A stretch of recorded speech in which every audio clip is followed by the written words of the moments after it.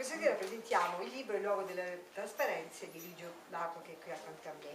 E il libro è risultato finalista alla terza edizione del premio Mangiaparole.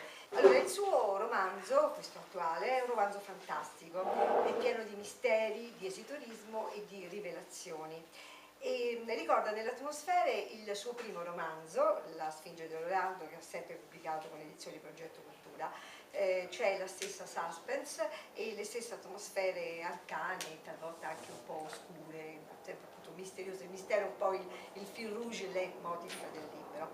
Allora, le vite dei personaggi di questo romanzo, di questa nuova storia, sembrano intrecciarsi tra loro in un turbinio di emozioni, di inganni e anche di complicità.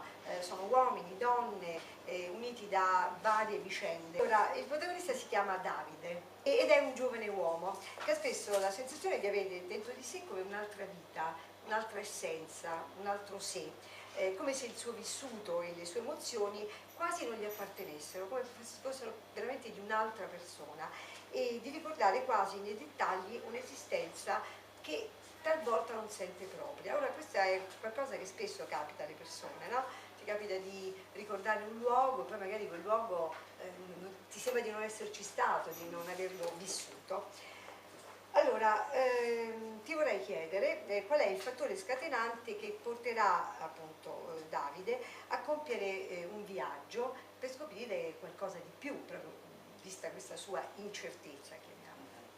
Sì, in effetti anch'io nella mia vita ho avuto spesso dei déjà vu, per cui questa cosa parte da qualcosa di personale, non così come frequenti con il protagonista del romanzo, no? Però una cosa che ho vissuto personalmente.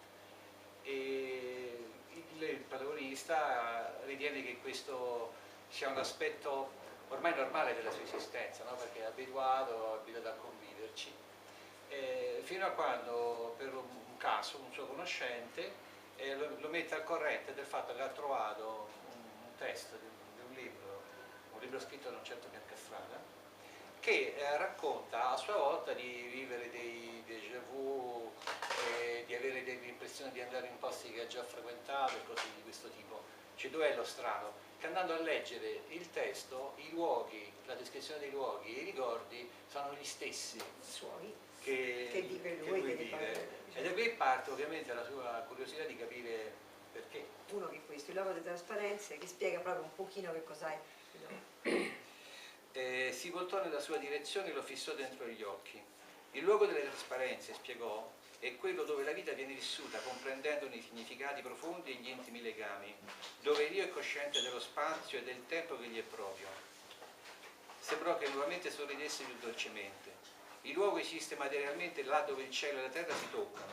La visione dei suoi sogni è nel tempo stesso memoria e presagio. La memoria è quella delle vite trascorse che ha dentro, il presagio attende e anticipa il giorno della sua rinascita.